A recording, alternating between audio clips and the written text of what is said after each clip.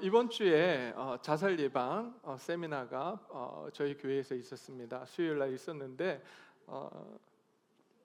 참 마음 아픈 이야기들을 참 많이 들었습니다. 교회가 우리 청소년 아이들을 품어내지 못하고 아이들에게 우리 교회에서 가난한 아이가 하나 있다는데 그게 너니? 라고 이야기를 하고, 우울증으로 고생하는 아이에게 자기 자신을 지키지 못하는 아이가 무슨 교회에서 봉사를 하니? 라고 이야기를 하는 그러한 교회의 모습을 우리가 또 이야기를 들었습니다. 저는 적어도 저희 교회는 그런 교회 아니라고 생각합니다. 아니, 적어도 그런 교회가 돼서는 안 됩니다. 어떤 사람이 오든지 그 사람을 판단하고 정죄하는 것은 우리의 몫이 아닙니다. 하나님은 우리에게 주신, 오늘도 이제 좀 이따 나누겠지만, 하나님이 우리에게 요구하신 건 서로 사랑하라는 거예요. 내가 너희를 사랑한 것 같이 서로 사랑해라. 그 사람이 어떤 인생을 살았는지 우리는 그 사람의 인생을 판단하고 재단할 그러한 능력이 없는 사람들입니다. 지난주 수요일 날 말씀을 들은 것처럼 길을 잃어버리고 방황하고 말 안 듣는 한 마리 양과 같은 존재가 우리 자신들이에요. 그래서 우리는 항상 우리 자신들을 돌아보며 우리가 계속해서 주위에 아픈 사람은 없는지, 또 오늘 오신 분들 중에 또 힘들어하는 분들은 없는지 서로 격려하고 위로하고 세워주는 그러한 곳이 바로 하나님께서 예수 그리스도를 머리로 해서 세우신 교회입니다. 그러한 교회가 되기를, 계속해서 그 방향을 바라보면서 앞으로 걸어가는 믿음의 길을 걸어가고, 그래서 우리 교회가 그런 교회가 되기를, 그런 교회로 소문나기를 간절히 소원해 봅니다. 네, 전에 이제 옛날 목사님들 아멘 하신 분들에게만 하나님의 복이 임하게 다 마음으로도 다 아멘 하신 줄 믿습니다. 네. 자, 이번 한 주간을 지내면서 그런 이제 자살 예방 세미나를 들으면서 우리가 무엇을 해야 할지 고민하는 한 주간이기도 했고요. 또 이번 주 한 주간에 제가 TV 프로그램 하나를 봤습니다. TVN에서 하고 있는 이 말을 꼭 하고 싶어요라고 하는 프로그램이 있었습니다. 이 프로그램에서 다룬 첫 번째 사건이 무엇이냐면 2011년도에 아들이, 고3이었던 아들이 어머니를 죽이고 8개월 동안 함께 생활했던 그 사건입니다. 여러분 기억하실 거예요. 네. 이 사건에 이 사건을 쭉 그 아들이 나와서 이 사건을 재조명했던 그러한 그러한 프로그램이었는데요. 시간이었는데 이것을 통해서 아들이 그 당시 상황들을 재구성하면서 했던 이야기들이 있습니다. 그 자리까지 어머니 이제 정당화될 수 없죠. 어떻게든 사람을 죽였고 특별히 어머니를 살인한 것에 대해서는 정당화할 수 없는 그러한 이야기입니다. 그럼에도 불구하고 왜 그런 상황까지 갈 수밖에 없었는가 하는 이야기들을 이제 쭉 설명을 하는데, 어머니가 이 아이가 공부 잘하는 것을 보고 이 아이를 위해서 자기가 가지고 있던 직장 생활을 내려놓고 이 아이에게 모든 것을 다 투자하기 시작합니다. 이 아이를 초등학교 때부터 11시간씩 공부를 시키고, 그러면서 아이가 반에서 1등을 해오면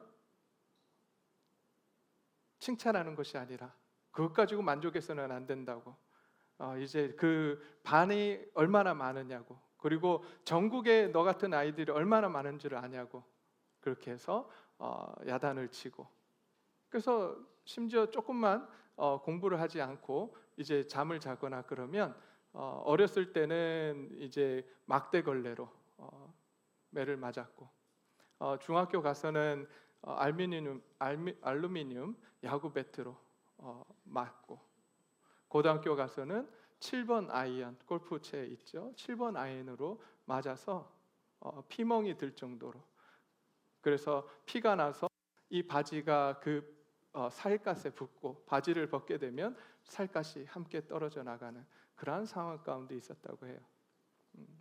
그러다가 어느 날 이제 어머니가 아버지와 이혼을 하고 그때부터 더욱더 이 아들에게 집착하기 시작하고 이 아이에게 이제는 공부를 하기 위해서 잠도 자지 말고 이제 밥도 먹지 말라는 이야기를 합니다. 그렇게 하다가 이제 그 자신이 짐승과 같은 생활을 하고 있다는 사실을 깨닫고, 그리고 가장 결정적인 건 뭐였냐면 자기가 성적표를 고친 거예요. 어머니의 마음에 들기 위해서 성적표를 고쳤는데 이제 선생님과의 상담 날이 다가오고 있었어요. 이제 그때가 되면 모든 것이 다 드러나니까 더 이상 어떻게 할 수 없다고 생각을 하고 그날 어머니를 죽이는 그러한 사건이 있었습니다. 근데 이 사건 속에 그럼 도대체 그 어머니는 어떠한 인생을 살았는가, 다시 한번 거기서 재조명을 합니다. 이 어머니는 어떤 인생을 살았냐 하면, 이 어머니는 어렸을 때 아버지가 아들만 챙겼어요. 아들만 공부시키고 딸은 공부할 필요가 없다고 해서 그렇게 공부하고 싶었는데 공부를 시키지 않습니다. 그리고 이 딸은 아들보다 더 공부를 잘했지만 공부를 시키지 않았고, 이 딸은 거기서 포기하지 않고 자기가 일을 해서 고등학교를 들어가고 고등학교 일을 하면서 고등학교를 마치고 대학교까지 가게 됩니다. 그리고 더군다나 이제 대학교를 마치고 일본으로 유학을 가게 됩니다. 그런데 거기서 한 남자를 만나게 돼요. 그 한 남자를 만나서 이제 그곳에서 결혼을 하게 됩니다. 그리고 한국으로 자기가 꿈꿨던 그 모든 것들을 다 포기하고 이제 한국으로 들어오게 됩니다. 한국에 들어와서 생활을 할 때 부부 관계가 좋았는가? 그렇지 않아요. 너무나도 힘들었다고 합니다.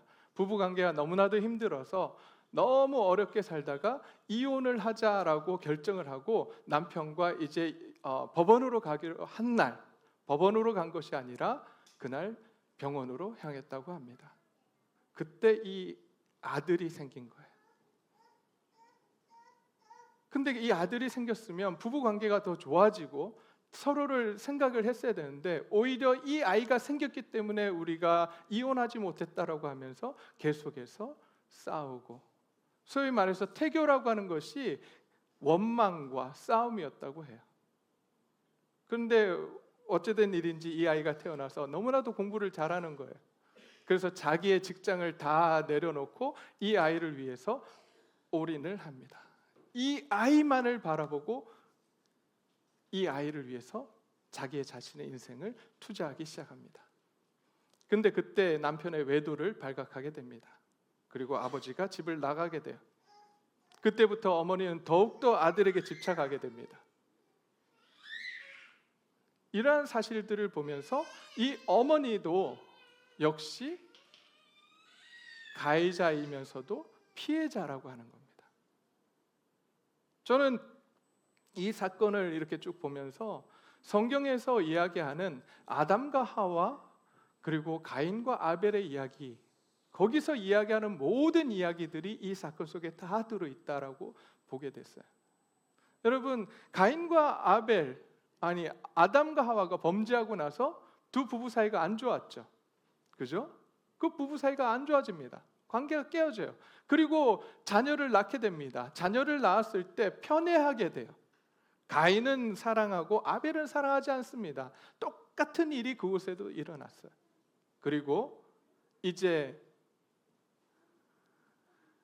자기가 가지고 있었던 그 아픔들을 자녀들에게 투영을 시켜서 그 자녀로 하여금 자기가 사랑받고 있다, 이 아이를 통해서 내가 존재하는 이유, 그리고 사랑받고 있다라고 하는 사실을 얻기 위해서 이 아이를 계속해서 푸시하고 그 아이를 굉장히 못살게 구는 그러한 잘못된 일그러진 사랑을 아이에게 주는 모습을 보게 됩니다. 여러분, 저는 이 사건을 보면서 두 가지 생각을 했어요. 첫 번째, 만약 이 어머니가 예수님을 알았더라면, 교회를 다니는 거 말고요, 정말 예수님을 알았다면 그 자신에게 아픔이 무엇인지, 자기가 왜 이런 행동을 하고 있는지 바라보게 됐을 거고, 그래서 그 상황 속에서 예수님이 주시는 그 사랑, 그 은혜를 깨닫고 그 자신이 변화되게 됐을 거예요. 그리고 또 한 가지, 그 옆에 정말 자기 자신의 아픔을 이야기할 수 있는 한 사람이 있었다면, 그 한 사람으로 인해서 이 가정이 그런 상황까지 가지 않았을 거라고 하는 사실이죠. 오늘 저와 여러분들이 하나님 안에서 우리가 어떠한 존재인지 깨닫는 시간이 되기를 원하고, 또 힘들고 아픈 주위에 있는 사람들에게 그 사람들의 이야기를 들어줄 수 있는 하나님의 귀한 한 사람이 되시기를 간절히 소원합니다. 오늘 성경은 이제 이렇게 이야기를 합니다. 지난주에 이어서 제가 5장의 말씀을 이제 살펴보는데요, 주 안에서 너희가 어떤 사람인지 기억하라고 합니다. 하나님 안에서 당신이 어떤 존재인지 기억하라라고 지금 요청을 하고 있습니다. 전에는 지난주에 말씀을 드렸던 왕자가 된 거기에 얘기를 했잖아요. 과거에는 어떤 사람이었는데 이제 하나님의 은혜가 주어졌고 그 은혜로 말미암아 어떤 사람이 됐는지 기억하라라고 우리에게 요청하고 있습니다. 그래서 지난주에는 새 사람임을 기억하라라고 말씀을 드렸습니다. 주님 안에서, 예수 그리스도 안에서 우리는 이제 옛 사람을 벗어버리고 새 사람을 입어서 살아가는 사람이 되어야 된다라고 말씀을 드렸어요. 그렇게 살아가는 것이 어떤 것인가? 4장 31절에 이렇게 이야기합니다. 옛 사람의 모습은 너희는 모든 악독과 노함과 분냉과 떠드는 것과 비방하는 것을 모든 악의와 함께 버리라고 이야기합니다. 이것은 옛사람이 가진 옛사람의 모습이라고 합니다. 그러면서 새 사람은 어떤 사람인가? 서로 친절하게 하며 불쌍히 여기며 서로 용서하기를 하나님이 그리스도 안에서 너희를 용서하심 같이 하는 사람이라고 말씀해주고 있습니다. 이것이 그리스도 안에서 살아가는 사람들의 모습이에요. 이제 오늘 본문으로 넘어가면 그리스도 안에서, 주 안에서 너희가 어떤 사람인지를 이야기합니다. 그리스도 안에서 너희는 빛이라라고 이야기합니다. 빛의 자녀라고 이야기합니다. 그러면서 빛의 자녀처럼 살아가라고 합니다. 빛의 자녀는 어떤 사람인가? 모든 착함과 의로움과 진실함을 가진 사람이라고 이야기합니다. 뿐만 아니라 주를 기쁘시게 할 것이 무엇인가를 생각하는 사람이라고 말씀하고 있습니다. 저와 여러분들이 새 사람이 되었고 예수 그리스도 안에서, 다시 시작하겠습니다. 여러분, 예수 그리스도를 믿으십니까? 예수님을 나의 구세주요 나의 주님으로 믿으십니까? 그렇다면 이제 우리는 새 사람이 되었습니다. 하나님의 은혜 가운데 새 사람이 되었고, 또 이제 하나님의 은혜 가운데 빛의 자녀가 되었습니다. 믿으십니까? 그렇다면 우리가 어떻게 살아가야 합니까? 어떻게 살아야 할까요? 오늘 본문에서 이야기하는 것처럼 주님을 기쁘시게 할 것이 무엇인가를 생각하며 살아가야 합니다. 여러분, 하나님께서 우리 원하시는 것, 하나님을 기쁘게 해드리는 것이 무엇일까요? 무엇이 하나님을 그렇게 기쁘게 하는 걸까요? 여러분, 하나님을 기쁘게 하는 것, 하나님의 뜻대로 살아가는 거예요. 하나님의 그런 뜻이 무엇일까요? 오늘 본문 읽지는 않았지만 5장 1절 2절 말씀에 이렇게 말씀을 합니다. 5장 1절 2절 말씀이에요. 사랑 가운데 행하라고 하는 거예요. 2절 말씀에 이렇게 이야기합니다. 그리스도께서 우리를 사랑하신 것 같이 너희도 사랑 가운데서 행하라라고 말씀합니다. 사랑 가운데서 행하래요. 근데 사랑 가운데서 행하기 위해서 그럼 우리는 무엇을 어떻게 해야 하는가? 1절 말씀에 이렇게 이야기합니다. 먼저 너희가 사랑받는 자녀임을 알라라고 합니다. 저와 여러분을 하나님께서 사랑하셨습니다. 믿으십니까? 앞에만 아멘 하시고 뒤에는 안 믿으시는 모양이에요. 여러분, 제가 이야기하지 않았지만 앞에서 이야기했던 사건에 어머니를 죽였던 아들이 그 당시로 돌아간다면 어머니한테 꼭 해주고 싶은 말이 있었다고 했어요. 그게 뭔지 아세요? 내가 아니더라도 어머니는 사랑받을 만한 존재라고 하는 사실, 그 사실을 꼭 이야기하고 싶었대요.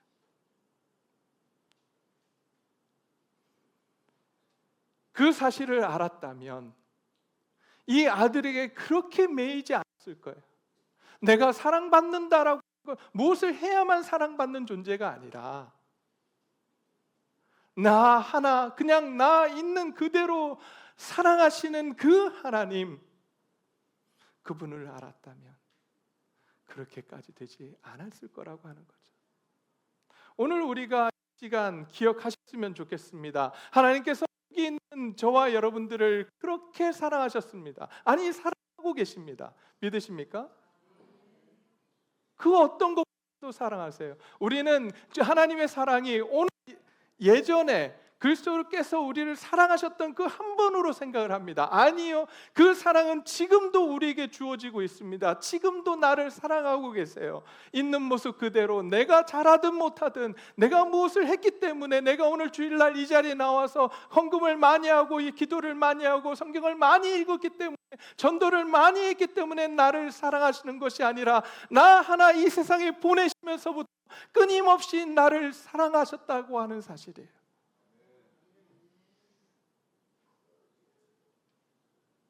그래서 하나밖에 없는 독생자 예수 그리스도를 이 땅에 보내주셨어요. 나를 사랑하셨으니까. 저와 여러분들이 그런 존재입니다. 하나님께서 그토록 사랑하시는 존재라고 하는 사실을 잊지 마시기를 소원합니다. 그래야 내가 남을 사랑할 수 있어요. 내가 나를 사랑하지 않는데 어떻게 남을 사랑할 수 있어요?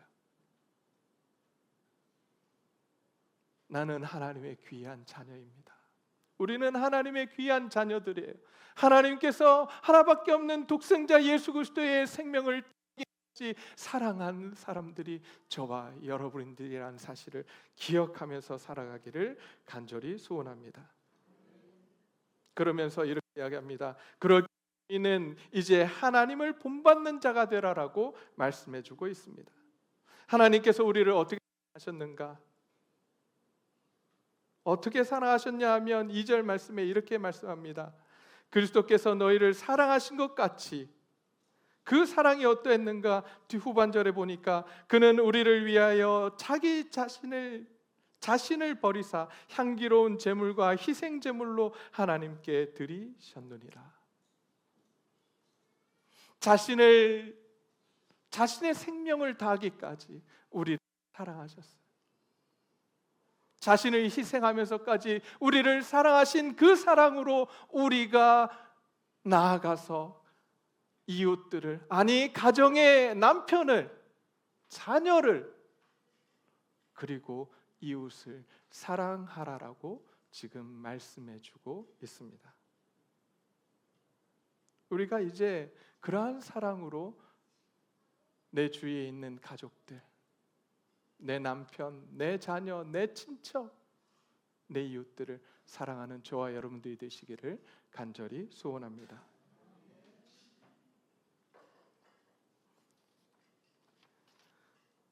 그러면서 이제 우리가 어떠한 사람으로 살아가야 하는가? 15절 말씀으로 내려갑니다.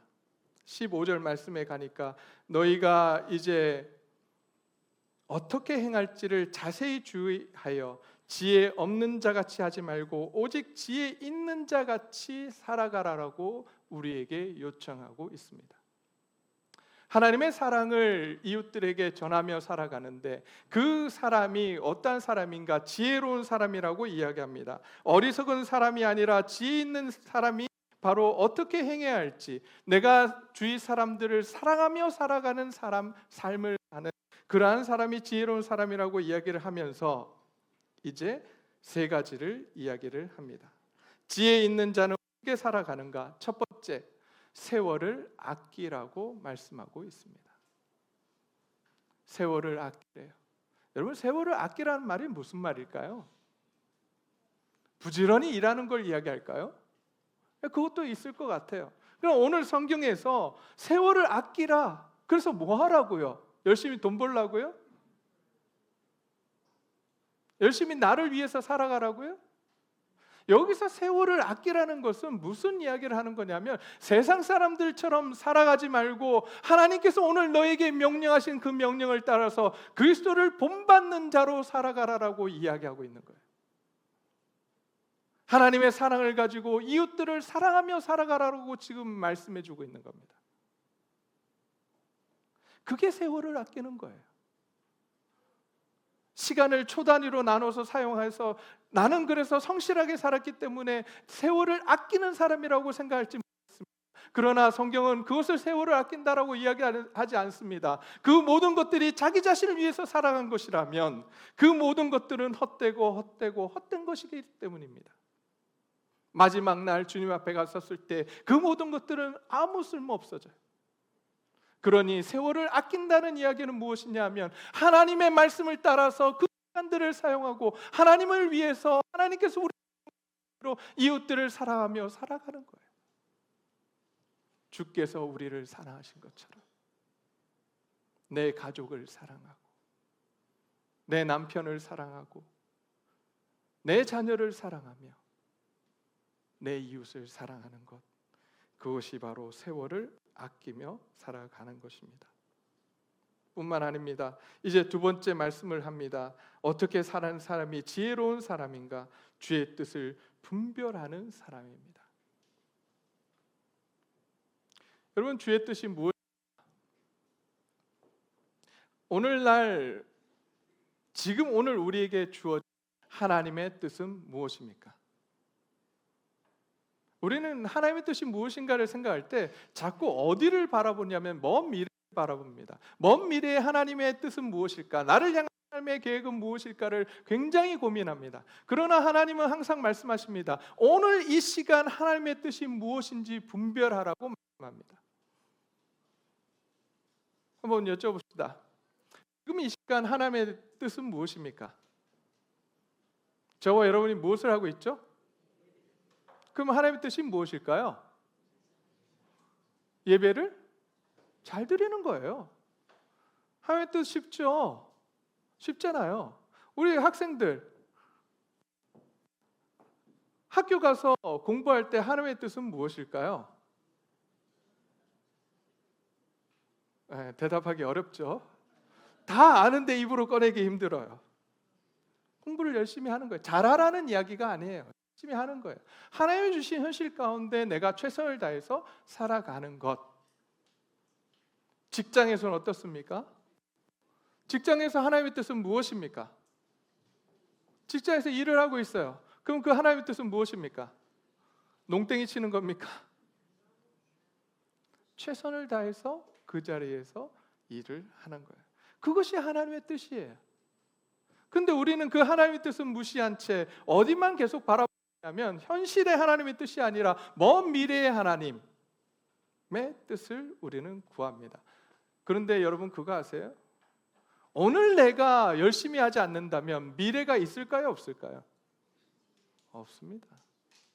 오늘 내가 하나님의 말씀대로 하나님의 뜻을 따라 살아갈 때에 하나님의 미래에 내가 믿음의 자리에 설 수 있고 하나님의 뜻을 따라서 살아갈 수 있는 그러한 자격이 있지, 오늘 내가 하나님 말씀대로 살아가지 않는데 내가 이 시간 나중에 열심히 할 거야, 그거 없습니다. 아시잖아요. 내일부터 뭐 해야지? 내일부터 다이어트 해야지. 그 내일이 옵니까? 네. 여러분에게 오는지는 모르겠지만 저에게는 안 오더라고요. 내일부터 해야지. 그게 벌써 4년이 지나고 오늘 이 시간 하나님의 뜻이 무엇인지 분별하는 저와 여러분들이 되시기를 간절히 소원합니다. 그게 중요해요. 그렇게 말씀대로 한 걸음 한 걸음 걸어가다 보면 하나님은 우리의 삶을 통해서, 우리의 인생을 통해서 많은 일들을 이루어 가실 것입니다. 우리가 기대하지 않았던, 우리가 생각지도 못했던 일들을 이루어 가실 거예요. 마지막으로 이렇게 말씀하십니다. 18절 말씀입니다. 함께 읽을까요? 18절 말씀 시작. 술 취하지 말라. 이는 방탕한 것이니 오직 성령으로 충만함을 받으라. 성령으로 충만하지래요. 여러분, 성령의 충만함을 받으라고 하니까 뭐 이상한 거 생각하시는 분들이 많아요. 오늘 여기서 성령의 충만함을 받으라고 하는 건 다시 이야기하면 문맥 속에서 계속해서 살펴보다 보면 무슨 얘기를 하는 거냐면 그리스도 안에서 살아가라는 거예요. 세상의 가치를 따라서 세상이 이야기하는 대로 세상을 따라 살아가는 것이 아니라 너희가 이제 성령님의 지배심을 받아서 성령님이 이끄시는 대로 성령님 안에서 살아가라라고 지금 말씀을 하고 있어요. 그것이 성령 충만함입니다.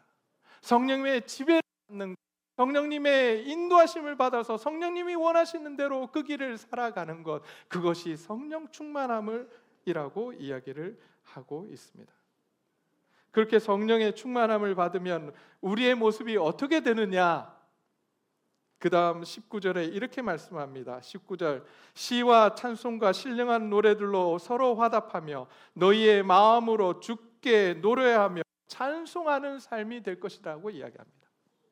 우리의 삶 가운데 찬송이 흘러 넘치는 거예요. 성령이니까 우리 내 마음대로 사는 것이 아니라 나의 뜻대로 살아가는 것이 아니라 하나님이 원하시는 그 뜻대로 살아가니까 어떤 모습이 되냐?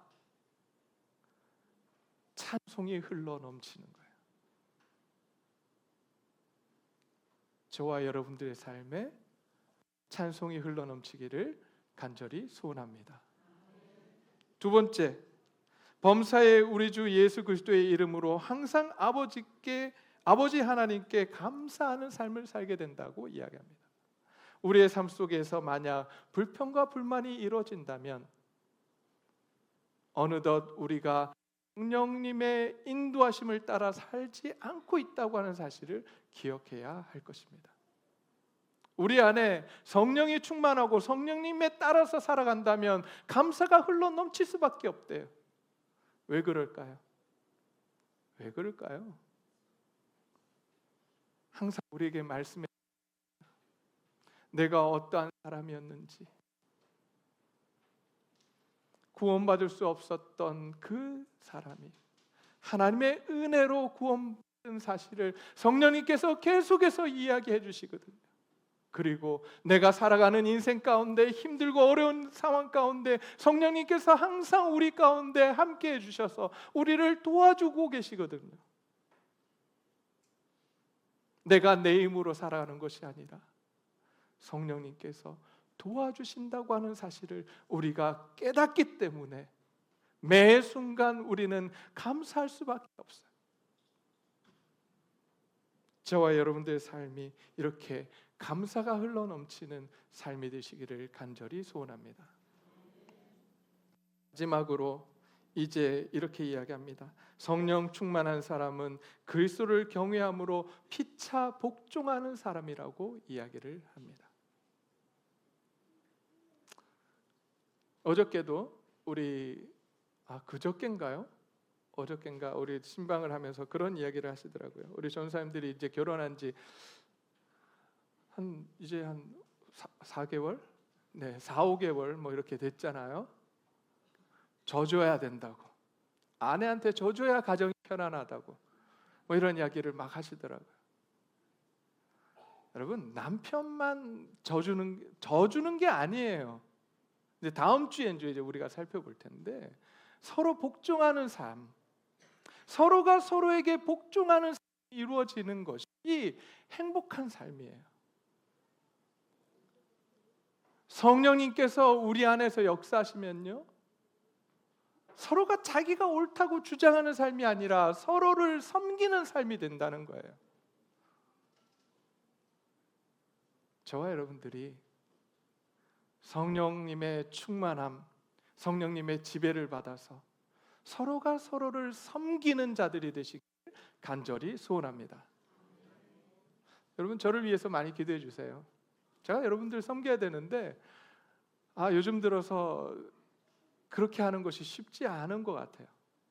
체력적으로 딸리고 막 이러면서 이제 힘들어지면 어떤 사람의 이야기를 들어주고 그 이야기를 듣고 또 그것을 경청하고 왜 그런지 생각하고 그래서 그분의 삶을 위해서 기도하고 어떻게든 도와드리려고 노력해야 되는데 삶의 여유 힘들면 삶의 여유가 없어지잖아요.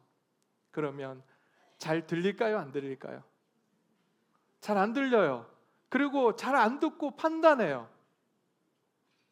그 이야기를 이해하려고 노력하는 게 아니라 판단해 버려요. 아, 저 지금 또 저 이야기한다.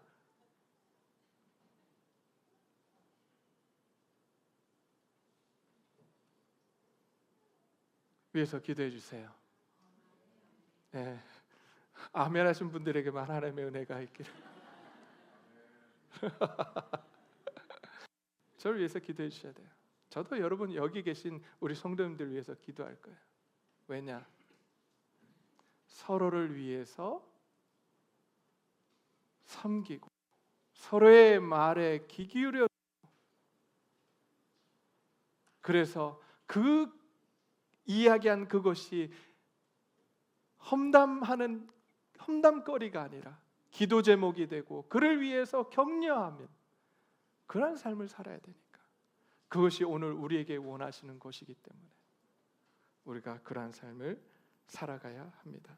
그러기 위해서 우리는 계속해서 성령님의 충만한 삶을 살도록 우리는 애써야 합니다.